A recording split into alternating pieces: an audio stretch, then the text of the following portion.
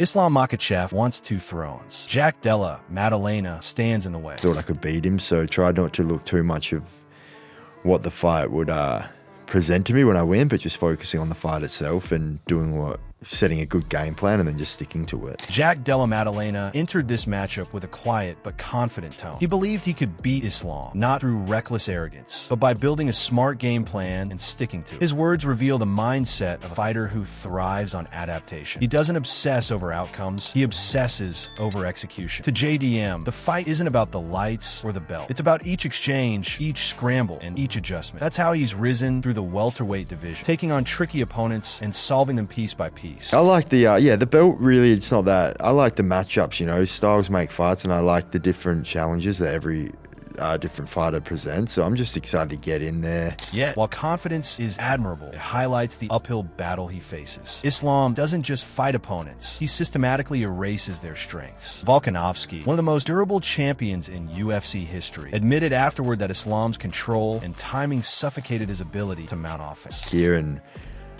That was an incredible event, and I think just to add on to that, give someone else a shot at Makhachev would be pretty cool. When JDM reflected on Islam's bouts with Volkanovski, he acknowledged the incredible intensity of those fights. He saw them not only as high-level contests, but as events that changed the narrative of what Islam could achieve. Now, he views himself as the next rightful challenger, the one to test Islam in a new division. His logic is sound. Islam dominated lightweight, so welterweight is the natural progression. For JDM, this isn't just another fight. It's a chance to break into the conversation as someone who stopped greatness in its tracks. Match, I think that's what they want to do. He had a good run at lightweight, and I think he's keen to try and capture a second belt. So I think that's the fight that they're keen to make. Where it will happen, I'm not sure. But here's where the scales tilt. Islam's move up isn't about chasing novelty. It's about proving inevitability. He has already dismantled world-class grapplers, striking specialists, and champions. JDM may see opportunity, but Islam sees destiny. Will Islam Makhachev become a 2-division champion, or will Jack Della Maddalena get it done? See who fighters are picking in the latest edition of MMA Pros. The MMA community itself split when discussing this match. Analysts and fighters wondered, would Islam's strength at 155 translate cleanly to 170? James Lynch framed it as the classic double champ question, while fighters like Johnny Walker leaned heavily toward Islam. Others, like Jeff Neal, hesitated, unsure how Islam's dominance at lightweight would scale against naturally larger welterweight. Yeah, I believe Islam Makhachev. I don't know. We will see, because I've heard Islam's strong as shit. Like, especially like when he's fighting 155, people like always talk about how strong he is for the weight class. So we'll see how that translates to 170. This question is central. At 155, Islam's strength is legendary. Fighters consistently describe him as feeling like a middleweight. The way he traps arms, controls hips, and closes off space makes opponents feel like they're drowning. I hope Jack's been working his takedown defense and in the weight room. You know what I mean? Don't embarrass us, dog. Don't let this 155er come up and take the belt. Jeff Neal voiced what many fans were thinking. Jack had better be drilling takedown defense like his life depends on it. Because in truth, that's exactly what this fight comes down to. Neal himself leaned toward Jack to keep the belt at 170, but the nervous undertone in his statement said more than his prediction. There's a looming dread about a lightweight coming up and ragdolling an entire division. It's the nightmare scenario for welterweights. If Islam runs through JDM, it sends a message that their size advantage means nothing against technical mastery. Who do you give the edge to in that fight? Man, that's so hard. But I'm gonna give the edge to Jack, man. He needs to keep the belt. The don't let a 155er take the belt mentality reveals the pride and fear that hover over the division. Neal's prediction for JDM might reflect hope as much as analysis. Yes, Jack's striking is sharp. His boxing among the best in the division. I don't know. I haven't seen enough of JDM. I haven't seen enough of his fights. I've seen his last 2, but I haven't seen enough. I'm still going to lean towards Islam just because I've seen him handle all issues, and he's had high levels of Curtis Blades and Adam Fugit both admitted that they haven't seen enough of JDM to completely trust him in this type of match. Their hesitation reflects the gap between proven greatness and rising potential. JDM's last 2 fights showed promise, but Islam's body of work stretches far beyond promise. He has already proven himself against fighters at the highest levels of MMA. He has handled diverse styles, from pressure strikers to elite grapplers, and emerged with control every time. Islam is, he's down at 55, but he's still he's probably one of the best, if not the best guy right now in the game, and so I'm gonna go with him. Fugit went further, calling Islam possibly the best fighter in the game right now. That's no exaggeration. Pound for pound lists consistently place Islam near or at the very top, and his dominance mirrors that of Georges St-Pierre, Anderson Silva, and Khabib during their primes. Honestly, I really like JDM's counter grappling against Bilal. I'm going to take him with the size advantage too. When Chase Hooper analyzed the fight, he leaned slightly toward JDM, pointing to his counter grappling and size advantage. Hooper's perspective highlights the one angle where Jack truly shines. He doesn't just survive grappling exchanges, he creates opportunities to reverse or strike during. Against fighters like Belal Muhammad, his ability to scramble and stay composed impressed many observers. At welterweight, size does matter, and Hooper's mention of that shows where JDM might tip the balance. Let's go Islam. I think Islam he's hungry especially everything he did in the lightweight, and I think he's much better boxer too. But then came Diego Ferreira's counterpoint. Islam isn't just a wrestler, he's also a refined boxer now. That's critical. Fighters who once believed they could solve Islam with boxing quickly realized his timing and distance management had evolved. And he's wrestling, cannot lie, I have so many things he can do in this fight, and I probably I gotta go with Islam. Diego Ferreira pointed out something many fighters and analysts can't overlook: Islam's wrestling. It's not just about the ability to take someone down, it's about the variety of ways he can do it and the control he maintains once the fight hits the mat. Diego emphasizes that Islam's toolbox is overflowing. He's not a one-dimensional wrestler, but someone who can chain takedowns, pressure and scrambles, and seamlessly transition to submission. That's an interesting one because I like Jack's boxing, dude, and the way he looked against Bilal in that takedown defense. And he's a big dude. This is the type of wrestling that breaks spirits, not just game plans. On the other side, Eric Makhachev takes the discussion toward Jack's strengths. He praises Jack's boxing and how good he looked against Belal Muhammad, particularly with his takedown defense. Eric makes the case that Jack's size and striking ability cannot be dismissed. His hands are sharp, his counters are dangerous, and if he can keep Islam standing, it could tilt the fight in his favor. This section highlights the battle lines: Islam's world-class wrestling versus Jack's crisp boxing and size advantage. I just want to see. I want to see how Islam's going to do against him. But Islam is like, Dagestani and wrestling, man, is going to be different. So I can't really choose that one, but I think it's going to be a good one.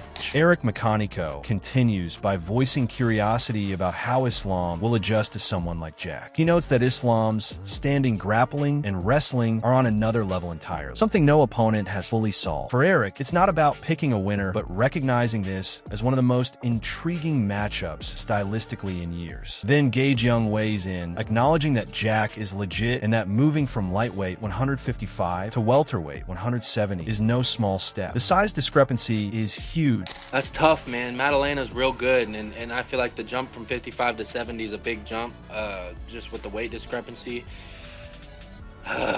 I don't know.